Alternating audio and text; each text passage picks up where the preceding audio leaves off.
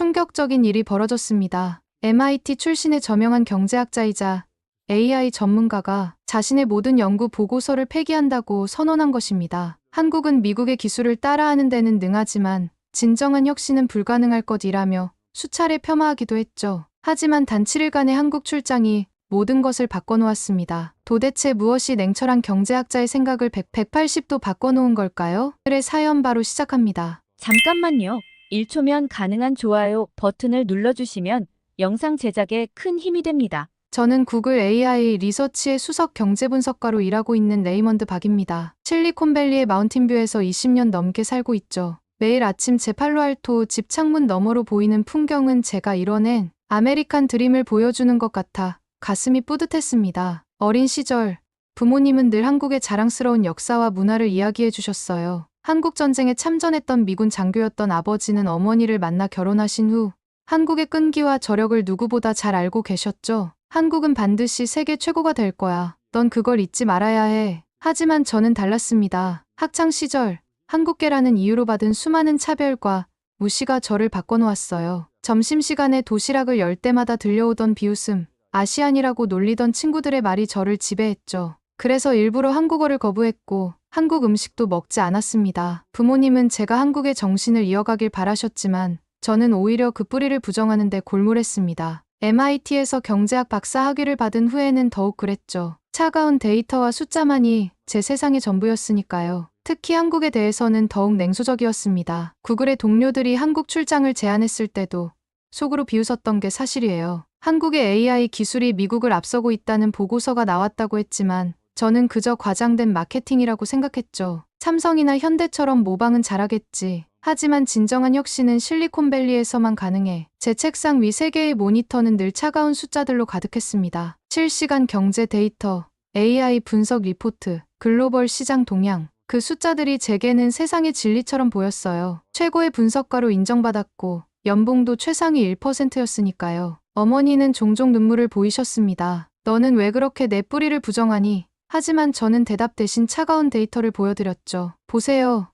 미국이 모든 면에서 앞서 있잖아요. 그러던 어느 날, 제 모니터에 한 줄의 메일이 떴습니다. 레이먼드, 다음 주 한국 출장은 확정이야. 서울 AI 연구소에서 일주일간 체류하게 될 거야. 짜증이 났습니다. 우리 팀의 시간을 낭비하는 것 같았거든요. 출장 전날 밤, 저는 이미 결론이 정해진 보고서를 쓰기 시작했습니다. 한국의 AI 기술은 미국의 80% 수준에 불과하며 진정한 혁신보다는 모방에 치중하고 있다. 비행기 티켓을 출력하면서도 마음 한구석이 불편했습니다. 어머니의 눈물 어린 눈빛이 자꾸 떠올랐거든요. 하지만 그건 시작에 불과했습니다. 제가 한국에서 마주하게 될 충격적인 진실은 제가 믿어온 모든 것을 완전히 뒤흔들어 놓을 준비를 하고 있었으니까요. 그리고 그 모든 것은 인천공항에 도착하는 순간부터 시작되었습니다. 비행기에 오르기 전까지만 해도 제 마음은 여전히 차가웠습니다. 대한항공 비즈니스석을 예약하면서도 어차피 미국 항공사의 모방일 뿐이겠지라는 생각이 들었죠. 하지만 제 생각이 완전히 틀렸다는 걸 깨닫는 데는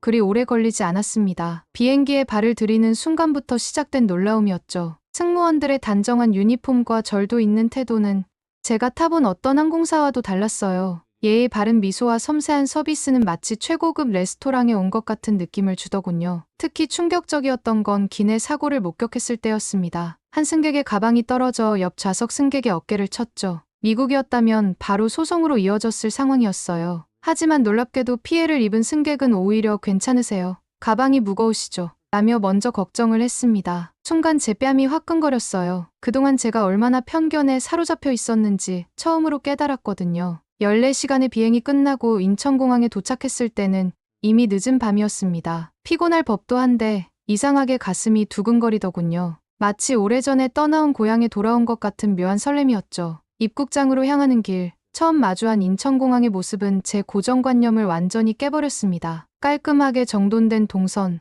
최첨단 자동화 시스템, 그리고 무엇보다 질서 정연하게 움직이는 사람들. 미국의 어느 공항에서도 보지 못한 광경이었어요. 특히 자동 입국 심사대는 충격 그 자체였습니다. 생체 인식 한 번으로 모든 절차가 끝나버리더군요. 미국에서는 보안 검색부터 입국 심사까지 보통 1시간 넘게 걸리는데 여기서는 고작 10분이면 충분했습니다. 옆에서 한 외국인 관광객이 감탄사를 연발하는 게 들렸어요. 이게 가능한 거였어. 우리나라는 언제쯤 이렇게 될 수 있을까? 그 말을 듣는 순간 제 안에서 뭔가가 살짝 흔들리는 걸 느꼈습니다. 짐을 찾아 공항철도로 향하는 동안 처음으로 어머니의 말씀이 떠올랐어요. 한국은 절대 포기하지 않는 나라야. 언젠가 세계가 놀랄 거야. 그동안 저는 그 말을 옛날 어른들의 허황된 자부심이라고만 생각했는데 공항철도에 올라 서울로 향하는 동안 제 노트북을 열어 아까 써두었던 보고서 초안을 다시 읽어보았습니다. 갑자기 부끄러워졌어요. 이제 겨우 공항에 도착했을 뿐인데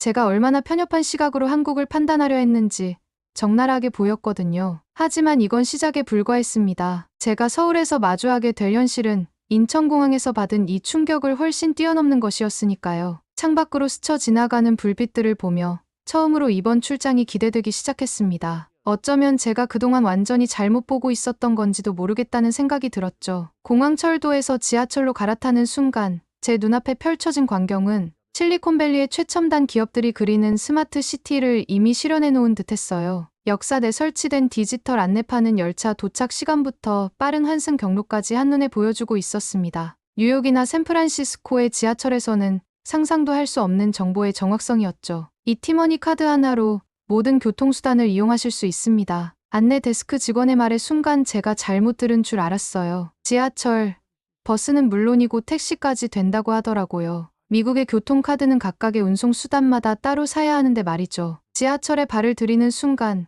제 고정관념은 또 한 번 무너져 내렸습니다. 바닥은 거울처럼 반짝였고 좌석은 마치 고급 승용차의 그것처럼 깔끔했어요. 뉴욕의 지저분한 지하철이 떠올라 민망해질 정도였습니다. 제 옆자리의 학생은 수업 과제를 하고 있었어요. 지하철 안에서요. 무료 와이파이가 터널 속에서도 끊김없이 이어지니 가능한 일이었죠. 실리콘밸리에서도 지하철에선 와이파이가 안 되는데 말이에요. 열차 내부의 전광판은 다음 역과 환승 정보를 정확하게 알려주고 있었습니다. 가장 인상적이었던 건 열차가 한치의 오차도 없이 예정된 시간에 맞춰 움직인다는 거였어요. 깔끔한 음성 안내를 듣다가 문득 깨달았습니다. 이곳의 모든 것이 미국보다 앞서 있다는 거려. 제 옆자리의 관광객도 저와 같은 감정이었나 봅니다. 자국의 대중교통과 비교하며 한숨 섞인 목소리로 전화를 하고 있더군요. 자신의 나라는 언제쯤 이런 시스템을 갖출 수 있을지 한탄하는 모습에 저도 모르게 고개가 끄덕여지더라고요. 차창 밖으로 스쳐 지나가는 서울의 야경을 보며 생각했습니다. 제가 그동안 얼마나 편협한 시각으로 이곳을 바라보고 있었는지를요. 다음 날 아침, 사전에 방문하기로 약속된 AI 연구소로 향했습니다. 택시에서 내려 건물을 올려다보는데 묘한 기분이 들더군요. 제가 그동안 아시아의 모방자들이라고 무시했던 이곳에서 무언가 특별한 것을 발견하게 될 것만 같았습니다. 로비에 들어서자 연구소장님께서 반갑게 맞아주었습니다. 프린스턴 박사 출신인 그는 미국 실리콘밸리에서 10년간 일하다 한국으로 돌아왔다고 하더군요. 처음엔 그의 선택을 이해할 수 없었습니다. 실리콘밸리를 두고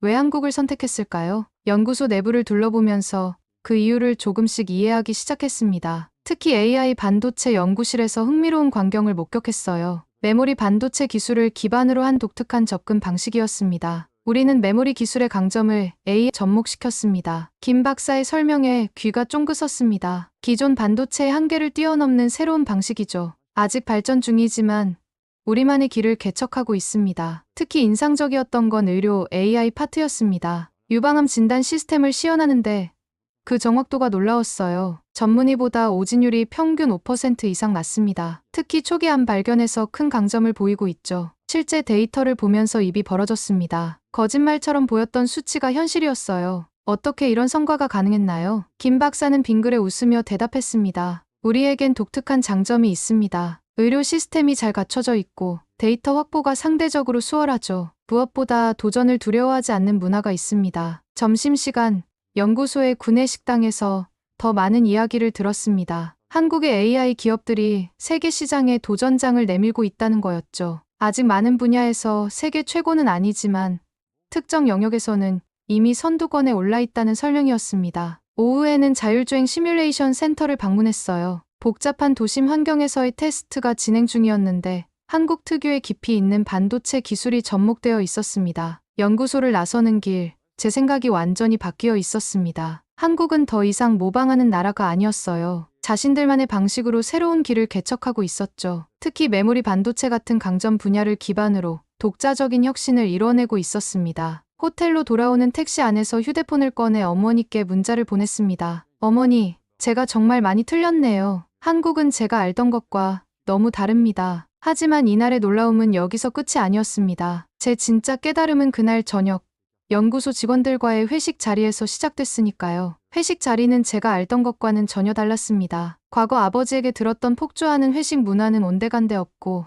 대신 서로를 배려하는 따뜻한 분위기가 이어졌습니다. 김 박사는 저를 데리고 연구소 근처의 한 식당으로 향했어요. 우리 연구원들이 좋아하는 곳입니다. 강요 없이 오고 싶은 사람만 오는 자리예요. 그의 말에서 한국의 회식 문화도 많이 변했다는 걸 느낄 수 있었습니다. 하지만 진짜 놀라움은 다음 날 아침에 찾아왔습니다. 연구소 직원들의 일상을 직접 보게 된 거죠. 먼저 구내 식당에서 아침을 먹었는데 제 눈을 의심할 수밖에 없었습니다. 호텔 뷔페 수준의 식사가 무료로 제공되고 있었거든요. 신선한 샐러드부터 따뜻한 한식까지 메뉴도 다양했습니다. 실리콘밸리에서는 상상도 못할 일이에요. 제 말에 옆자리의 연구원이 웃으며 대답했습니다. 우리는 이게 당연하다고 생각했는데 특별한 거였군요. 더 놀라운 건 사내 병원이었습니다. 직원들은 근무 시간 중에도 의료 서비스를 받을 수 있었어요. 미국에서는 병원에 가려면 반차를 내야 하는데 말이죠. 3년마다 한 달간의 안식 휴가도 있어요. 휴가비도 지원되고요. 한 연구원의 말에 깜짝 놀랐습니다. 실리콘밸리의 IT 기업들도 다양한 복지를 제공하지만 이런 종류의 배려는 처음 보는 거였어요. 점심시간이 되자 연구원들은 335 모여 식사를 했습니다. 미국처럼 각자 도시락을 먹거나 외부로 나가는 게 아니라 함께 이야기를 나누며 식사를 즐기더군요. 그들의 대화에서는 상하 관계의 벽이 느껴지지 않았습니다. 우리는 회사가 집이고 동료가 가족이에요. 김 박사의 말이 제 고정관념을 깨부셨습니다. 미국에서 회사는 일하는 곳일 뿐이라고 생각해왔는데 이곳에서는 달랐어요. 퇴근 무렵 한 연구원이 아이를 데리러 가는 걸 보며 또 한 번 놀랐습니다. 매월 마지막 주는 4일만 일해요. 일과 삶의 균형을 위해서죠. 그의 말에서 자부심이 느껴졌습니다. 그날 저녁 호텔 침대에 누워 생각했습니다. 우리가 그토록 추구하던 실리콘밸리식 혁신이 어쩌면 우리가 모르는 사이에 이곳에서 더 발전된 형태로 진화하고 있는 건 아닐까요? 돈으로 살 수 없는 것들, 서로에 대한 배려, 공동체 의식, 그리고 일과 삶의 조화. 이런 것들이 바로 이곳 연구소의 경쟁력이었습니다. 휴대폰을 들어 미국 본사 동료들과의 단체 채팅방을 열었습니다. 거기엔 여전히 주말 근무와 야근에 대한 불만이 가득했죠. 그때 깨달았습니다. 한국은 이미 우리가 꿈꾸던 미래의 직장 문화를 만들어가고 있다는 거요. 이런 생각을 정리하기 위해 노트북을 켰습니다. 오늘 본 것들을 기록해두고 싶었거든요. 그런데 옆자리에 두었던 서류 가방이 보이지 않았습니다. 순간 등줄기가 서늘해졌어요. 그 가방 안에는 이번 출장의 모든 보고서와 회사의 기밀 문서들이 들어있었으니까요. 당황한 마음에 호텔 로비로 내려갔습니다. 마지막으로 본 게 저녁 식사 전이었으니 혹시 레스토랑에 두고 왔을지도 모른다는 생각이 들었거든요. AI 반도체 관련 자료들, 연구소와 나눈 대화 내용을 기록한 노트, 회사의 향후 전략이 담긴 보고서까지 최악의 시나리오가 머릿속을 스쳐 지나갔습니다. 미국이었다면 이미 회사 법무팀에 연락했겠지만 일단 호텔 직원에게 상황을 설명했습니다. 제 이야기를 들은 호텔 직원의 반응이 의외였어요. 걱정하지 마세요. 찾아드리겠습니다. 그 말에는 이상한 확신이 담겨 있었습니다. 직원은 즉시 CCTV 확인에 들어갔고 경찰에도 신고해 주었습니다. 미국에서는 상상도 할 수 없는 신속한 대응이었죠. 더 놀라운 건 경찰이 10분 만에 도착했다는 거예요. 하지만 저는 여전히 불안했습니다. 아무리 빨리 찾는다 해도 그 사이 문서가 유출될까봐 걱정이 되더군요. 그런데 경찰관의 말이 제 생각을 바꿔놓았습니다. 작년 한 해 서울에서 분실물의 80%가 주인에게 돌아갔습니다. 특히 이 지역은 90% 이상의 회수율을 보이고 있죠. 경찰관의 말에 귀를 의심할 수밖에 없었어요. 뉴욕에서는 잃어버린 물건을 다시 찾을 확률이 3%도 안 된다는 걸 알고 있었거든요. 2시간 후 기적 같은 소식이 들려왔습니다. 제 가방을 누군가가 경찰서에 맡기고 갔다는 거였어요. 택시 기사님이었다고 했습니다. 호텔 레스토랑에서 저녁을 먹고 나올 때 자리에 두고 온 걸 청소하시는 분이 발견해서 택시 기사님께 전달했다고 하더군요. 가방을 받아보고 더 놀랐습니다. 안에 든 물건이 하나도 빠짐없이 그대로였어요. 심지어 지갑 속의 현금까지도요. 택시 기사님은 사례금을 받기는커녕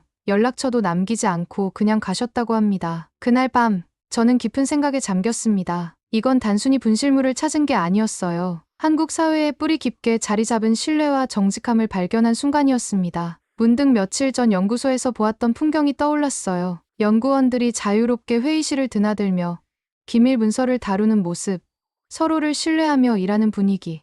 이제야 이해가 됐습니다. 이런 신뢰가 있었기에 빠른 혁신이 가능했던 거예요. 호텔 방으로 돌아와 노트북을 펼쳤습니다. 그리고 처음으로 제 보고서의 방향을 완전히 바꾸기로 했어요. 한국의 경쟁력은 첨단 기술만이 아니었습니다. 그 기술을 가능하게 하는 사회적 신뢰와 정직함. 바로 이것이 진정한 힘이었던 거죠. 그날 밤 일찍 잠자리에 들었습니다. 다음 날 아침 9시에 한 젊은 기자와의 인터뷰가 잡혀 있었거든요. 피곤했지만 이상하게 잠이 오지 않았습니다. 제 머릿속에는 그동안 보고 느낀 한국의 모습들이 계속해서 맴돌았으니까요. 아침 9시 호텔 1층 카페에서 정아영 기자를 만났습니다. 30 초반으로 보이는 그녀는 제가 예상했던 것과는 전혀 다른 질문을 던졌죠. 박사님은 왜 그렇게 한국을 부정하셨나요? 순간 말문이 막혔습니다. 누구도 저에게 이런 직설적인 질문을 한 적이 없었거든요. 그동안 수많은 인터뷰를 했지만 모두 AI 기술이나 경제 전망에 관한 이야기뿐이었습니다. 정 기자는 제 침묵을 기다려주었습니다. 천천히 커피를 마시며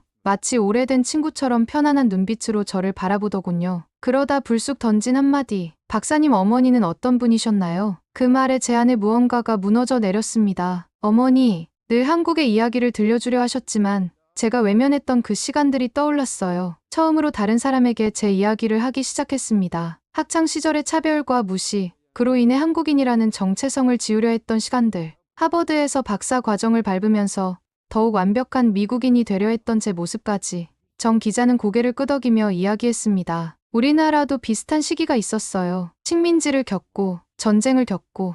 하지만 우리는 그 아픔을 원동력으로 삼았죠. 박사님도 이제 그 힘을 느끼시지 않나요? 갑자기 연구소에서 봤던 장면들이 스쳐 지나갔습니다. 불가능을 가능으로 만드는 도전 정신, 서로를 신뢰하는 문화, 그리고 끊임없는 혁신. 그것은 수백 년의 역사가 만들어낸 한국인의 정신이었던 거죠. 점심시간이 다가올 때까지 우리의 대화는 계속됐습니다. 정 기자는 제가 미처 보지 못했던 한국의 모습을 들려주었어요. 고단했던 현대사 속에서도 희망을 잃지 않았던 이야기들, 불가능을 가능으로 만들어온 수많은 순간들. 혹시 한강의 기적을 아세요? 그리고 지금 우리가 만들어가는 새로운 기적도요. 그녀의 말에 고개를 들어보니 창밖으로 현대적인 빌딩 숲이 보였습니다. 그 순간 이상한 감정이 밀려왔어요. 자부심, 그리고 부끄러움이 뒤섞인 감정이었습니다. 우리는 늘 새로운 길을 개척해왔어요. 불가능이란 없었죠. 박사님의 부모님도 그런 분들이셨을 텐데요. 가슴 한켠이 무거워졌습니다. 그동안 제가 얼마나 어리석었는지 깨달았거든요. 성공을 위해 한국인이라는 제 정체성을 지우려 했고 부모님의 자랑스러운 이야기도 외면했습니다. 허나 이곳에서 보낸 시간들이 제게 진실을 알려주었어요. 제가 부정했던 그 뿌리야말로